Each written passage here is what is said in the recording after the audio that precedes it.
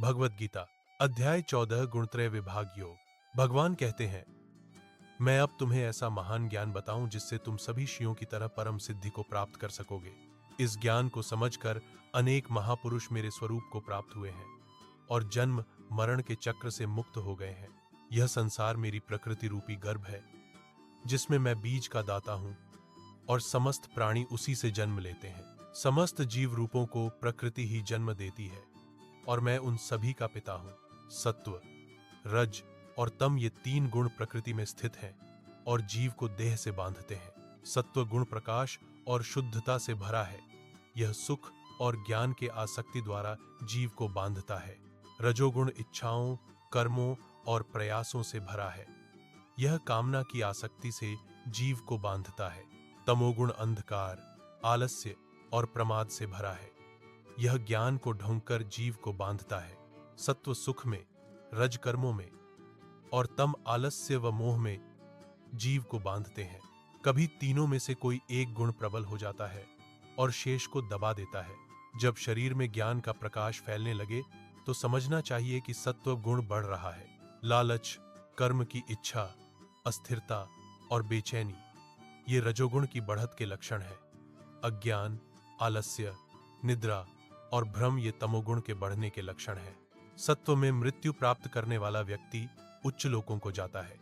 रजोगुण में मरने वाला कर्म प्रधान मनुष्यों में जन्म लेता है और तमोगुण में मरने वाला नीच योनियों में जन्म पाता है।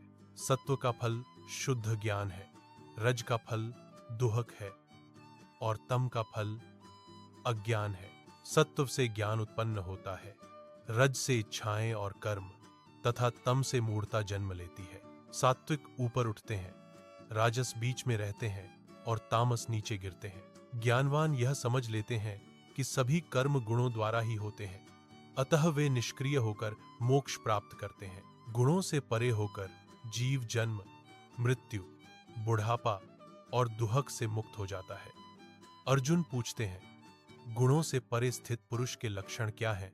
वह कैसे रहता है और कैसे गुणों को त्यागता है?